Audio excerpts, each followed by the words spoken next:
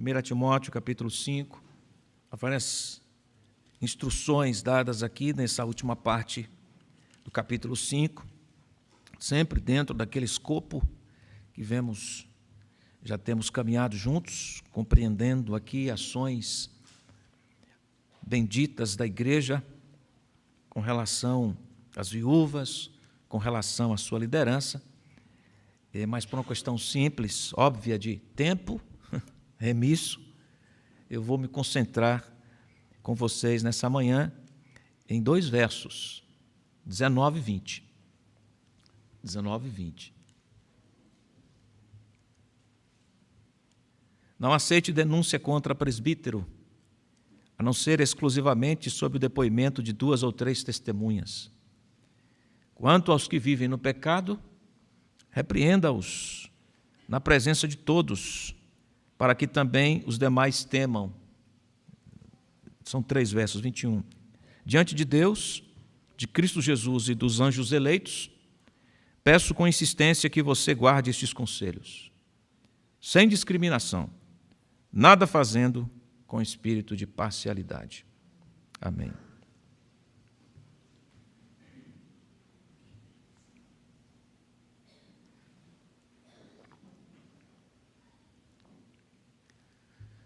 Li acerca de uma tragédia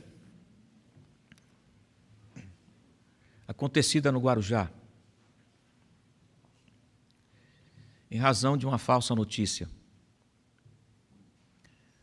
Os boatos que se espalharam com a ajuda da internet levaram ao espancamento e à morte de uma jovem senhora chamada Fabiana, confundida com uma suposta mulher, cuja foto circulava em uma das páginas da região, tituladas ali Guarujá Alerta, e esta suposta mulher seria sequestradora de crianças e usaria tais crianças para práticas de ritos macabros.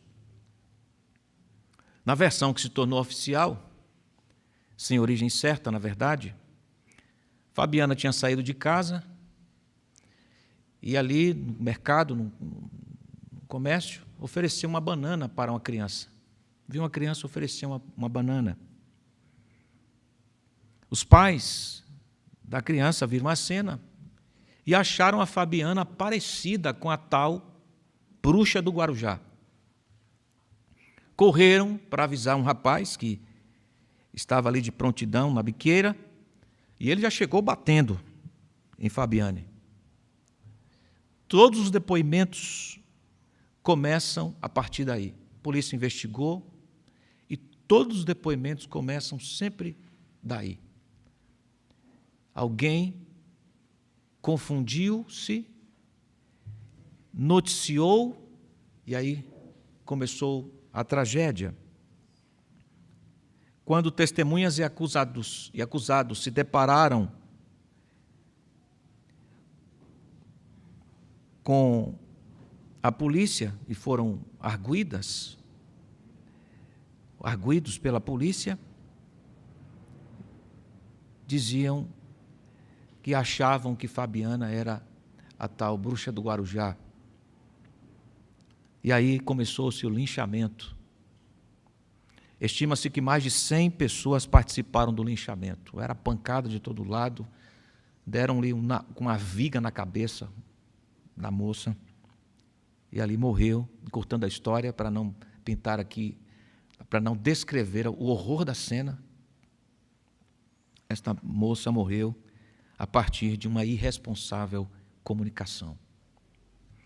A irresponsabilidade em uma notícia é comum nas vias de comunicação. Lamentavelmente. As pessoas acham que podem dizer o que querem dizer sem provas. E até ser demonstrado que o que foi dito era um boato ou invenção, já estragou a vida de muita gente. Por isso é muito importante a instrução de hoje, irmãos. Ainda mais quando esta instrução está direcionada para o tratamento da igreja em relação aos seus líderes espirituais. O que chamamos na expressão aqui da sessão de expressão de honra da igreja para com seus líderes espirituais. Expressão de honra da igreja para com seus líderes espirituais. Já vimos no versículo anterior, versículo 17, que uma expressão de honra da igreja para com seus líderes espirituais é reconhecer a excelência do labor que eles realizam e sustentá-los.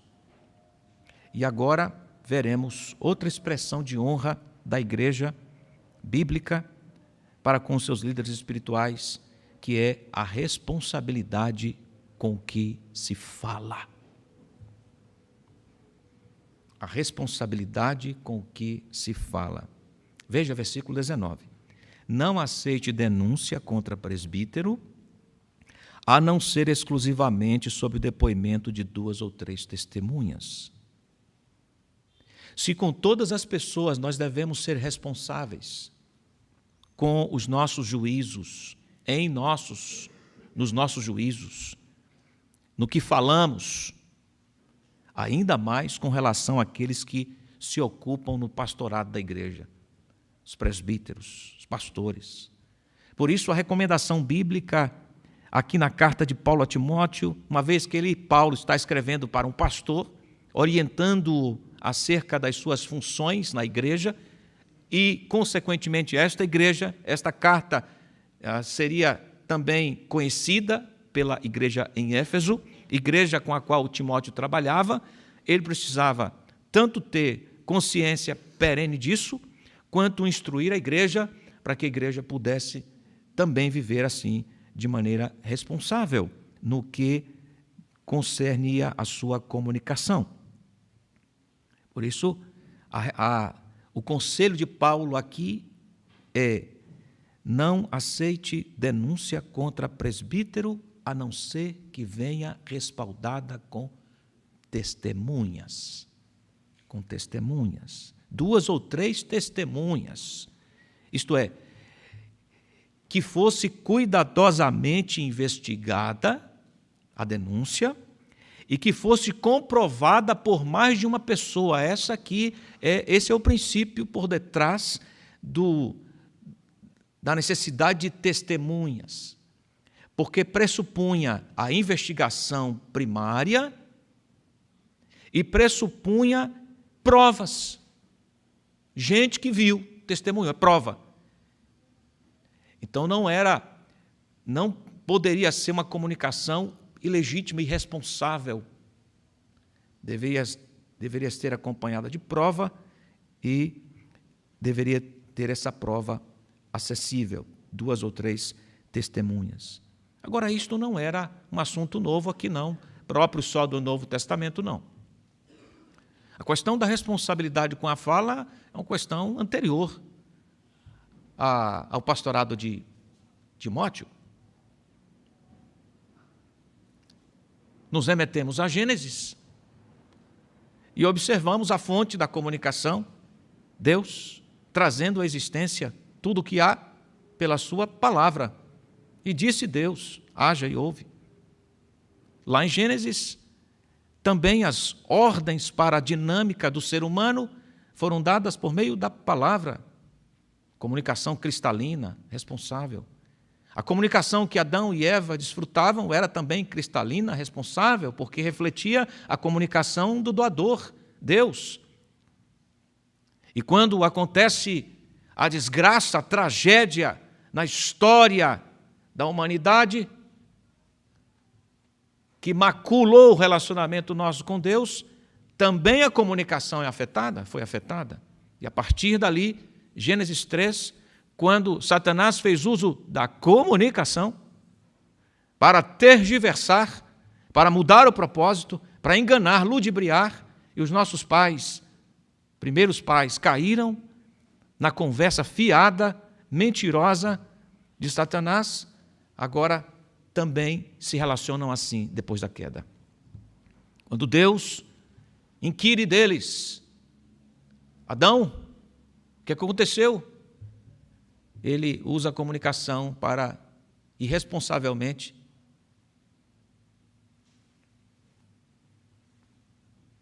condenar sua mulher. Foi a mulher que tu me deste. Tu me deste. Ela também transfere a responsabilidade, usa as palavras. Desde lá, então, desde Gênesis 3, nós sofremos com a tal da comunicação. Mas não é só de não sermos compreendidos pelos ruídos, pelas distrações. Aqui, a comunicação tem a ver com o cerne, o motivo, o que me impulsiona. E uma comunicação irresponsável revela a mesma artimanha usada por Satanás para levar-nos à queda. Aqui não é só a maneira como se diz. Aqui é porque se diz. Não aceites denúncia contra presbíteros, a não ser que. Tem a ver por que eu estou dizendo isto. E sendo muito honestos, não poucas vezes, nós somos sorrateiros, maldosos. Lançamos as chispas. E não é para comunicar a verdade à vida. É para revelar o nosso veneno ainda. Lançamos uma piadinha aqui, outra ali, para lançar o veneno. Você pode negar isso diante de Deus? Diante da verdade absoluta? Você pode negar isso? E você tropeça na comunicação, no porquê, não somente na forma. Por quê? Vá para Deuteronômio capítulo 17 comigo. Deuteronômio 17, versículo 6.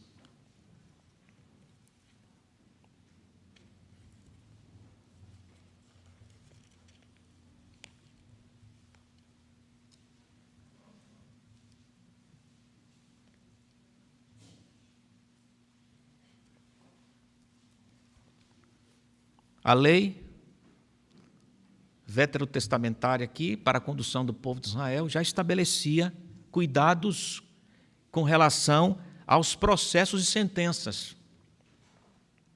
O que é que os tribunais deveriam considerar na dinâmica processual, segundo a lei veterotestamentária para o povo de Israel? A mesma coisa que Paulo está orientando lá com respeito à denúncia. Prova. Verdade. Compromisso com a verdade. Compromisso com a verdade. Compromisso com a verdade. Olha lá, versículo 6. Por depoimento de 2 ou 3 testemunhas, será morto o que houver de morrer. Você sabe que aqui a pena de morte, né? Existia. Por depoimento de uma só testemunha não morrerá. Por quê? Por 2 testemunhas sim e uma não. Para revelar clareza probatória. Que não tenha sombra de dúvidas. Tem que ser cristalino. Não pode deixar dúvidas. Então a lei já preconizava isso, já dizia sobre a responsabilidade com as acusações. Por qual razão Paulo adverte quanto à responsabilidade com que se divulga sobre a liderança bíblica, que é o caso aqui nosso, de 1 Timóteo 4, 5. Pela seriedade do trabalho que a liderança bíblica exerce. Simples assim. E os efeitos de uma falsa acusação produzida na igreja. Qual é o efeito de uma falsa acusação produzida contra uma liderança bíblica? Qual é o efeito disso para a igreja? É um cataclisma, irmãos. É uma ruína para a igreja. Uma maledicência levantada contra uma acusação, contra uma liderança, uma acusação mentirosa, leviana, irresponsável, é uma desgraça para todo mundo.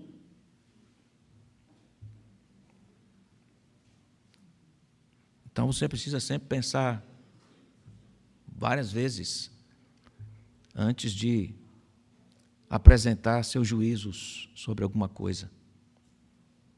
Esteja claro que isto é verdade, primeiramente.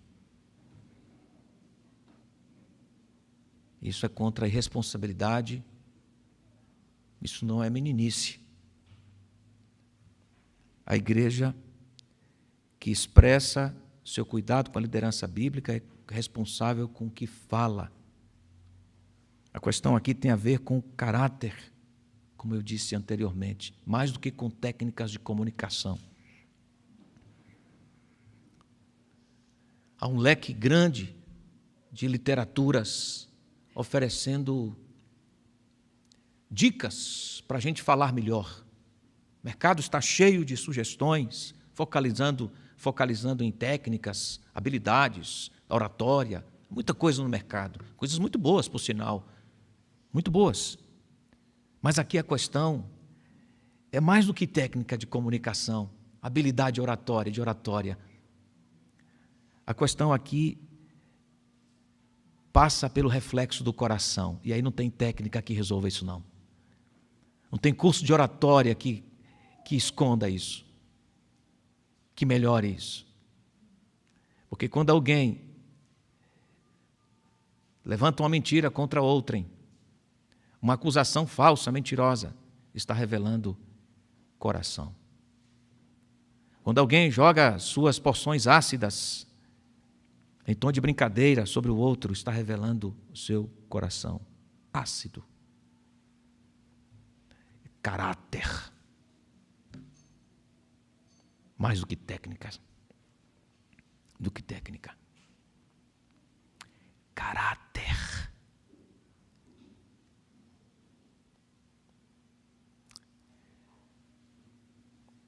Porque de dentro do coração dos homens é que procedem os maus desígnios, a prostituição, os furtos, os homicídios, os adultérios, a avareza, a malícia, o dolo, a lascívia, a inveja, a blasfêmia, a soberba e a loucura. Ora, todos estes males vêm de dentro e contaminam o homem. Quem disse isso? Quem disse isto? Jesus, Marcos 7, 21 a 23. Quando o nosso modo de olhar para a vida discorda do que Deus diz que é certo, o que é verdadeiro, nós somos irresponsáveis no escutar e no transmitir algo que não foi averiguado e contamos em tom inescrupuloso assim: olha, eu realmente não sei se isso é verdade, eu apenas escutei de alguém que disse que fulano de tal está com problemas no casamento, está para se separar, mas eu não sei se isso é verdade, eu só escutei, e lança isso assim. Isso é irresponsável. Isso é um exemplo de responsabilidade. Com que intenção contamos algo assim, se nós não estamos envolvidos no auxílio, no cuidado, na oração do bem do irmão, em favor do bem do irmão?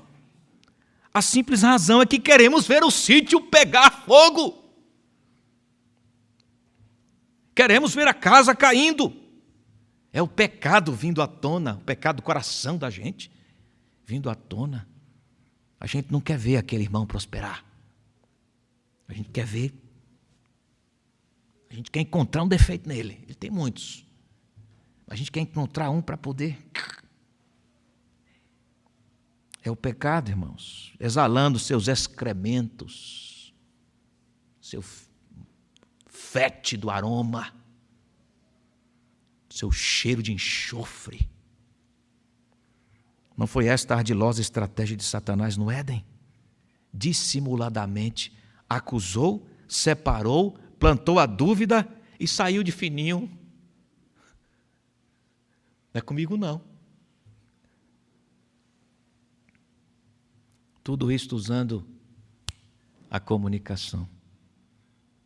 Sabe quem é o maior interessado no dano, no prejuízo, na desonra, no fruto de uma comunicação mentirosa?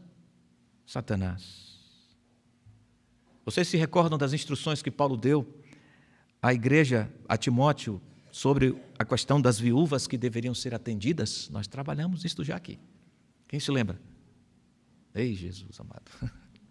Vamos voltar lá no canal do YouTube, está lá o sermão, para recapitular, guardar na mente, aquecer no coração. É muito importante isso. Paulo, então, orienta como é que as viúvas deveriam ser tratadas. 2, orienta quais viúvas deveriam participar daquele ministério de auxílio específico. E quais viúvas não deveriam participar daquele ministério de auxílio específico que havia na igreja em Éfeso. E por que tais viúvas, que ele chama de viúvas jovens, não deveriam participar daquele ministério específico de receber santos, de auxiliar, de intercessão, enfim, de ajuda. Era um ministério específico que havia na igreja de Éfeso com viúvas idosas.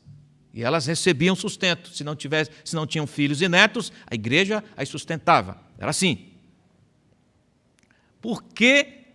O que estava acontecendo aqui com algumas viúvas? Olha comigo lá no capítulo 5, versículo 13.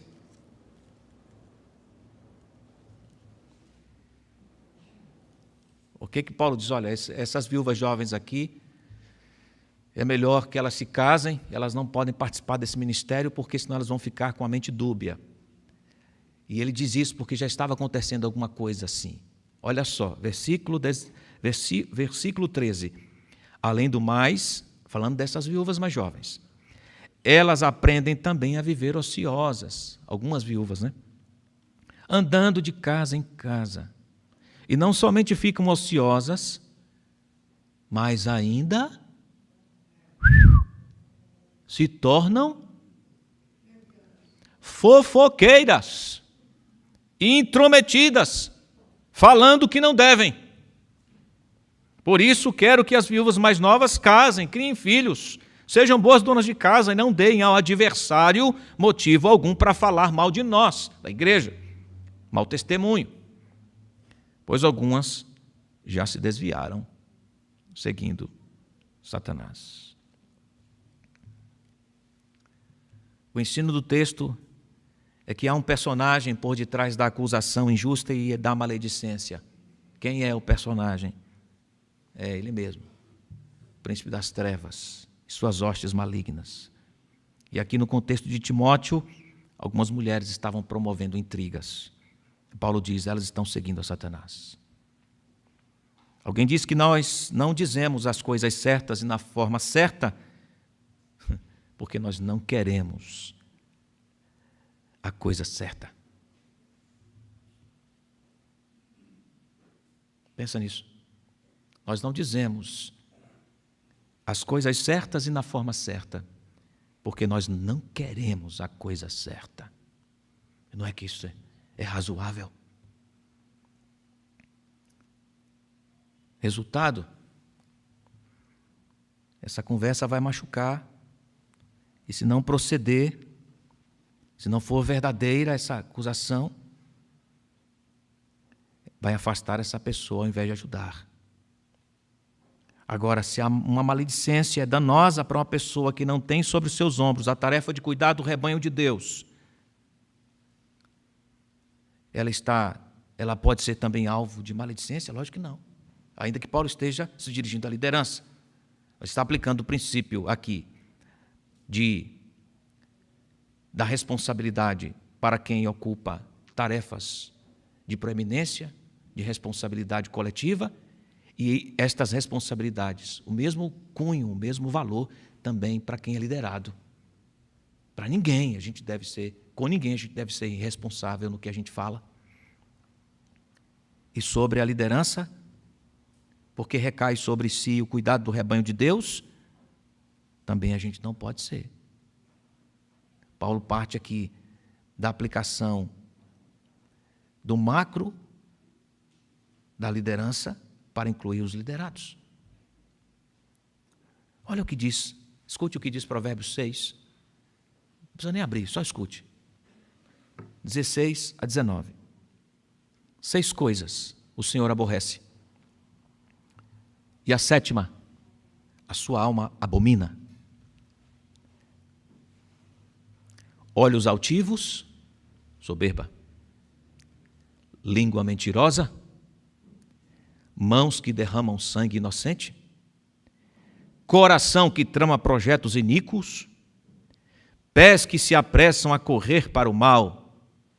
Agora, a sexta e sétima, testemunha falsa que profere mentiras e o que semeia contendas entre os irmãos.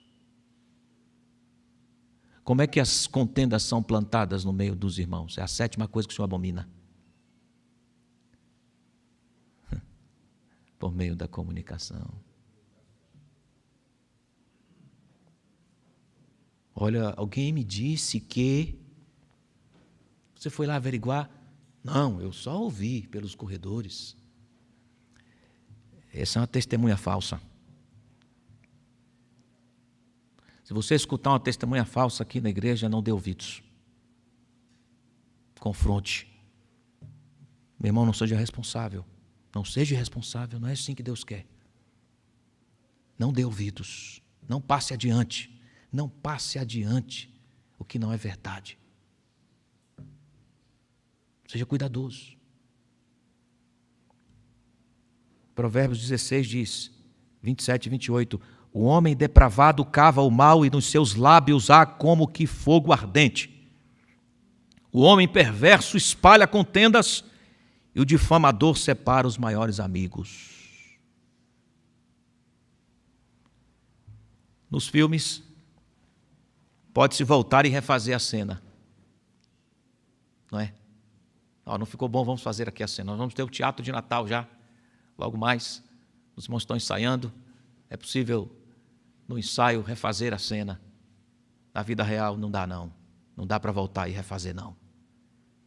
Na vida real, filho, quando você disse, já disse. E se essas palavras forem mentirosas, falaciosas, revelarem o enxofre do coração pecaminoso, você já destruiu, já causou problemas enormes que você não tem noção. Ah, tem um perdão, pastor. Sim, tem um perdão. Tem um perdão. Mas tem as consequências da fala maldita. E as consequências ficam. Ficam. Alguém sofreu um acidente de moto, precisou amputar a perna, virou um atleta paralímpico, teve que lidar com o problema que lhe aconteceu. Você conversa e a pessoa está feliz com a sua vida, os seus desafios, os seus projetos, mas a marca ficou. Está lá, amputado, amputada. Não se enganem. Tudo o que falamos e fazemos geram consequências.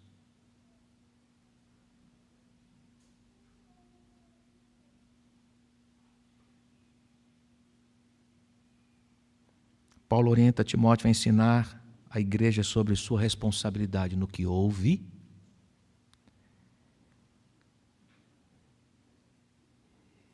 no que fala, em relação a toda a igreja, todas as pessoas, e especialmente em relação aos presbíteros, pastores. Estou olhando o relógio aqui, eu não sei se eu me atrevo a continuar pelo tempo, mas eu não posso deixar de considerar o 20, porque o 20 revela quando há um problema sério aí, que demanda ação. Se no versículo 19, nenhuma denúncia deveria ser aceitada sem elemento probatório, sem investigação, sem o rito processual adequado, nenhuma, o versículo 20 diz, e se tem, o que a gente faz? Especialmente quando o alvo é uma liderança da igreja, alguém que ocupa uma posição de liderança. O que se faz? Versículo 20. E aqui, se a primeira expressão de cuidado da igreja para com a sua liderança é responsabilidade no que se fala, a segunda é responsabilidade na correção. Diga comigo, precisamos ser responsáveis na correção. Quanto aos que vivem no pecado, está falando dos presbíteros, de alguns possíveis presbíteros, de crentes, líderes. Repreenda-os na presença de todos, para que também os demais temam. Se o presbítero, o pastor, tivesse algum comportamento digno de reprovação, fosse isto considerado por testemunhas e levado ao conselho da igreja, os demais presbíteros deveriam repreender, disciplinar o presbítero faltoso e comunicar à igreja. Essa é a ideia aqui, na presença de todos. A igreja não ficaria sem saber o que aconteceu. A igreja seria comunicada para que fosse exemplo para todos. Não é como acontece em muitos lugares em que as falhas são colocadas debaixo do tapete e a igreja não fica sabendo de nada, não é? Não, aqui é para a igreja aprender que a liderança também erra e quando erra precisa ser corrigida. A palavra usada aqui para repreender é a mesma usada por Jesus em Mateus 18, quando fala sobre um irmão que peca e 2 ou 3 irmãos o encontram para confrontá-lo, para lançar luz ao que está nas trevas, para revelar o erro, para corrigir, que a gente usa para oração. Na verdade, o contexto é outro, não é para oração, né? Onde estiverem 2 ou 3 reunidos em meu nome, aí estarei. O contexto aí não é para oração, como a gente costuma usar. Está fora do contexto. O contexto é de correção, confronto. Alguém que pecou, então 2 ou 3 foram lá e confrontaram biblicamente, a fim de curar, reconciliar, corrigir esse irmão que pecou. Diz o texto que Deus está ali. Onde estiverem 2 ou 3 reunidos em meu nome, aí estarei no meio deles. Ou seja, Deus se agrada dessa responsável correção. É isto. O próprio Jesus falou dessa correção como necessária para o nosso crescimento, ao usar a figura lindíssima, em João 15, da videira e do instrumento da poda. Galho que não está produzindo, o ramo ele corta para que produza. Isso é correção, isso é disciplina, o processo da disciplina. Agora, é verdade que não é um processo confortável. Não é mesmo. Ser confrontado pela verdade que revela o nosso pecado não é um processo confortável. Ninguém faz isso rindo. Eu fui confrontado. Não. Por quê? Porque o confronto, como Deus requer, é um confronto contra uma mazela. Ninguém vibra, se alegra com a mazela. Se alegra com a bondade de Deus em nos corrigir, sim, com resultado. Mas no momento é um processo difícil.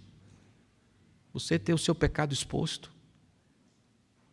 Por que eu não enxerguei isso antes? Por que eu não vi isso? Por que eu prejudiquei fulano, ciclano? Por que eu disse aquilo? Meu Deus, você fica envergonhado diante de Deus, envergonhado diante dos irmãos. É isso mesmo. Eu diria até que é uma vergonha santa esta, de se enxergar diante de Deus, como Deus requer.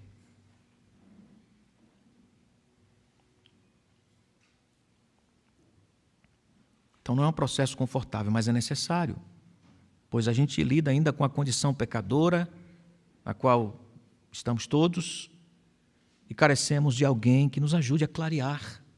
Oh, Deus, nos permita enxergar. Que bom ter gente aqui do meu lado para isso. Quando eu tropeçar, opa, não vai por aí não, vem por aqui. Já pensou se nós não tivéssemos a irmandade para isto? Solitários cavaleiros, soldados no campo de batalha sozinhos. Não. A gente tem uma proteção, cuidado uns dos outros. Mas esse cuidado é responsável. Não é movido por dolo, calúnia, maledicência, de ver a derrota do outro, a desgraça do outro, pisar no outro. Não. É um cuidado para colocar nas costas e eu te levo junto comigo. Percebe como é muito importante a definição dessas linhas. Esse divisor de águas é muito importante. Revela que Deus se desagrada profundamente da calúnia, da falsidade, da notícia mentirosa, que é oriunda de um coração perverso, que objetiva a desgraça e a destruição do próximo. E, ao mesmo tempo, Deus não nos permite nos omitirmos quando o pecado vem às claras. Deus nos ordena que devemos tratar.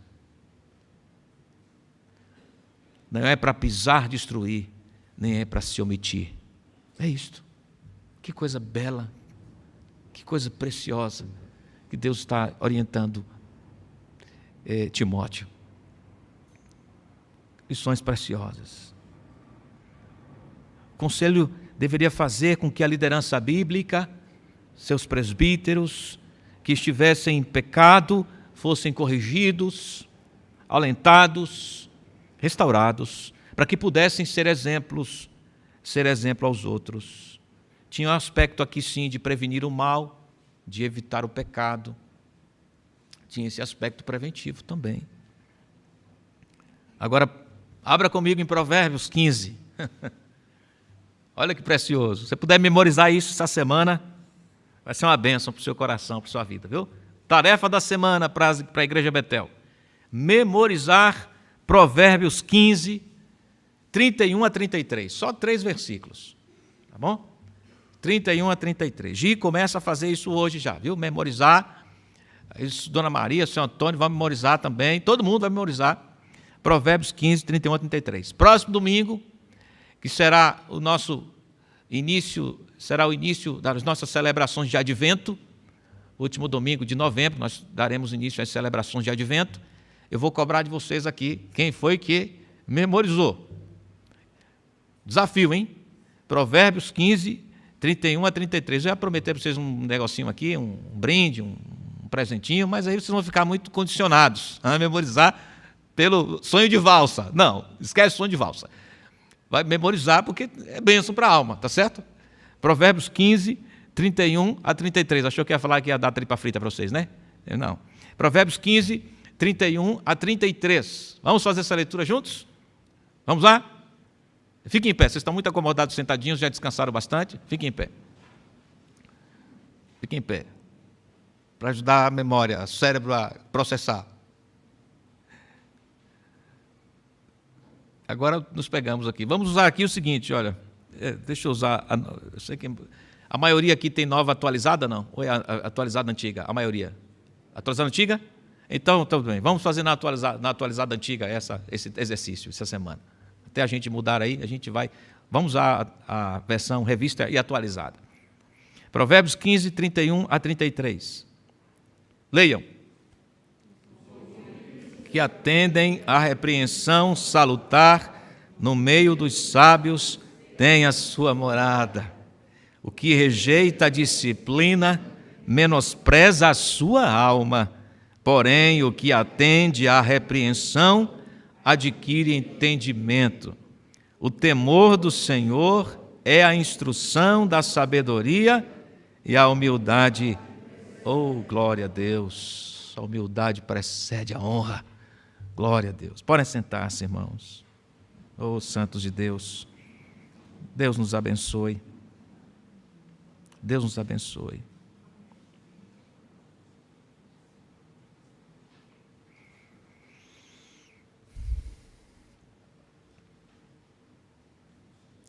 Tudo que fazemos, irmãos,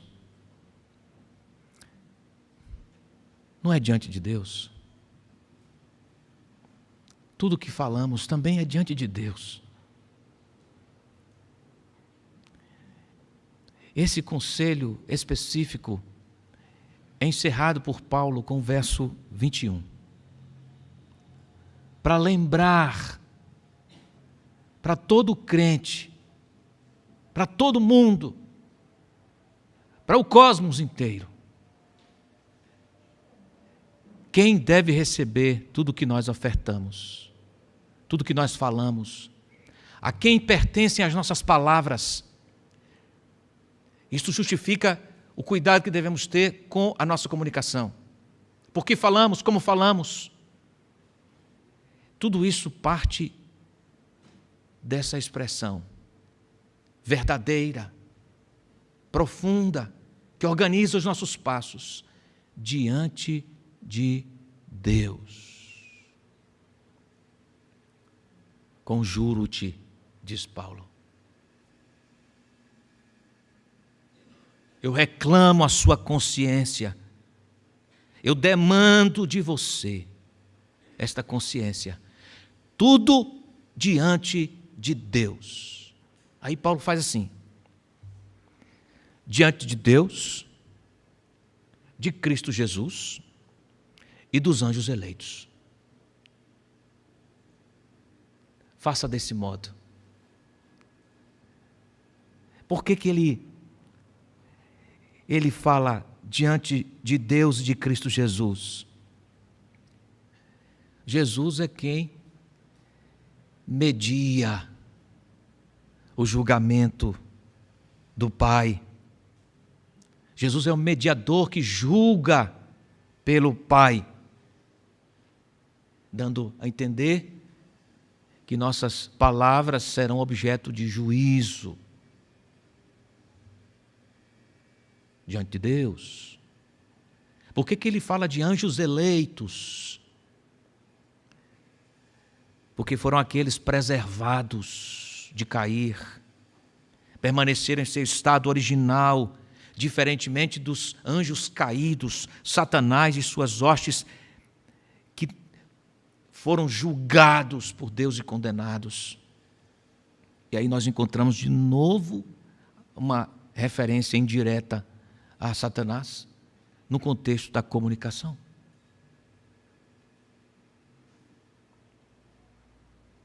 Paulo está refrescando a memória de Timóteo sobre a importância de ser fiel também no que se diz, porque é diante de Deus, diante do justo juiz, Jesus Cristo. E os anjos eleitos são as testemunhas dos que foram preservados na verdade. Tudo que você for dizer, quem você precisar corrigir, faça com essa consciência. Seja crente ou descrente, faça como instrumento da verdade de Deus. Seja responsável diante de Deus. Tive uma experiência certa vez com um caso de disciplina na igreja.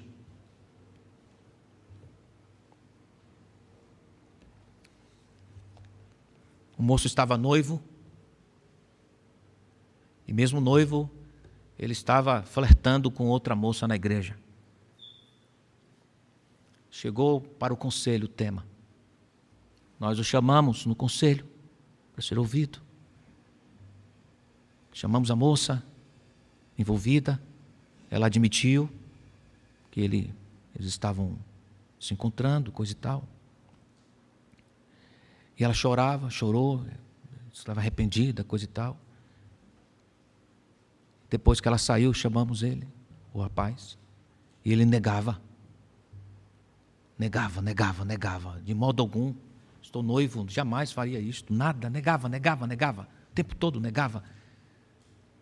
E a gente dizia, mas entrou aqui, disse, confirmou, não, ela quer me prejudicar, não tenho nada a ver com isso, não. Depois de quase meia hora, ele negando.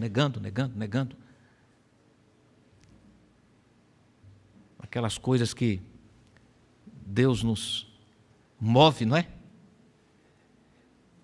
E eu, quase que um vociferado, para trazer um choque à consciência dele, dei um brado e disse: eu quero te lembrar na presença de quem você está, diante do Deus vivo, que é fogo consumidor,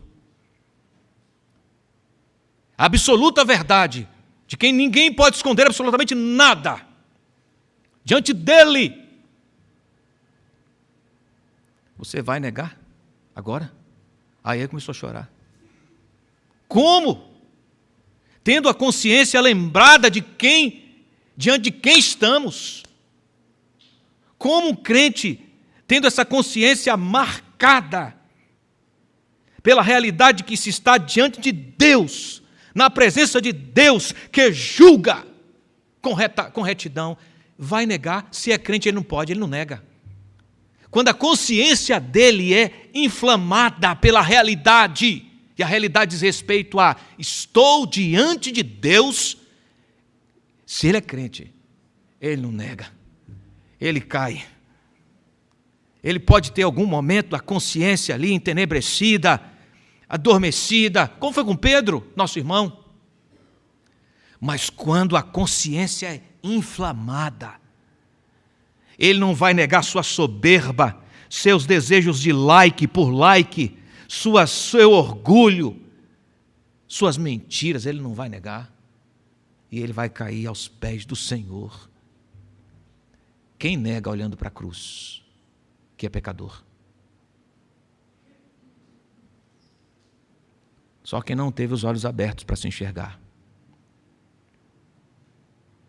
Diante de Deus, Timóteo, diante de Deus, de Jesus Cristo, dos anjos eleitos, guarde isso no seu coração.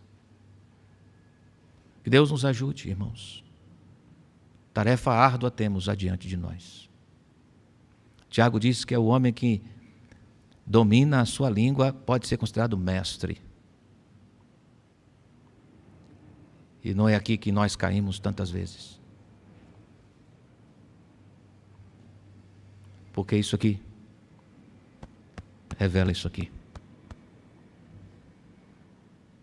Texto que eu acho que já está memorizado, né? Nas quartas-feiras. Aliás, quem está perdendo os estudos da quarta-feira está perdendo muito tesouro, viu? Está perdendo o banquete, viu? O pior é que não estamos gravando. Quem está perdendo os estudos da quarta-feira está perdendo manancial. Na presença de Deus eu digo isso. Está perdendo de abençoar alguém, de abençoar o coração, viu? Na presença de Deus, Deus vai lhe cobrar disso.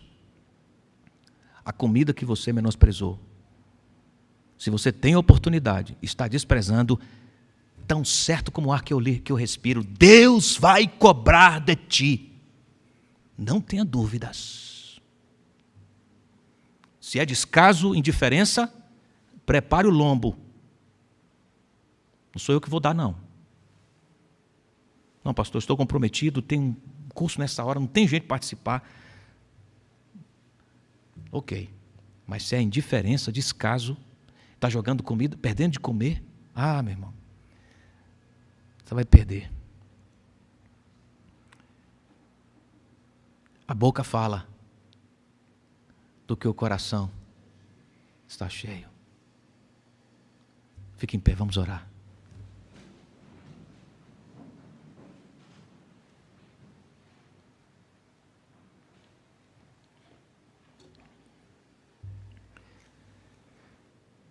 Que desafio temos, Senhor. Que desafio temos. Nesse particular tropeçamos tantas vezes. Clamamos por Tua piedade, misericórdia. Clamamos por Tua ajuda, Senhor. O pior de tudo é que ainda quando fracassamos, ainda falamos que fizemos sem querer. Quando na verdade fizemos o que queríamos fazer, sim. Não somos honestos. Perdoa, Senhor. Perdoa-nos. Ajuda-nos quando agimos com leviandade, levianamente. Quando levantamos testemunhas falsas, usamos de artifícios ilegítimos para alcançar um propósito do coração, nos esquecemos que tudo está diante de Ti. As palavras do teu servo Davi, depois que teve a sua consciência inflamada sobre a tua real presença, ele chega a dizer: se suba aos céus, lá estás. Se desça ao mais profundo abismo, lá estás também. Tu sabes tudo de mim, mesmo quando eu ainda era uma substância informe, em formação, no ventre de minha mãe, tu já me vias. Não há lugar que eu vá que tu não saibas. Então, Senhor, cria em mim um coração puro e renova dentro de mim um espírito reto. Sonda-me, ó Deus, e conhece-me. Conhece-me.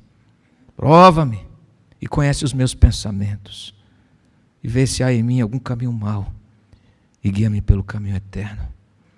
Fazemos dessas palavras as nossas também, a nossa oração nesta hora, Senhor. Ajuda-nos, em nome de Jesus. Amém.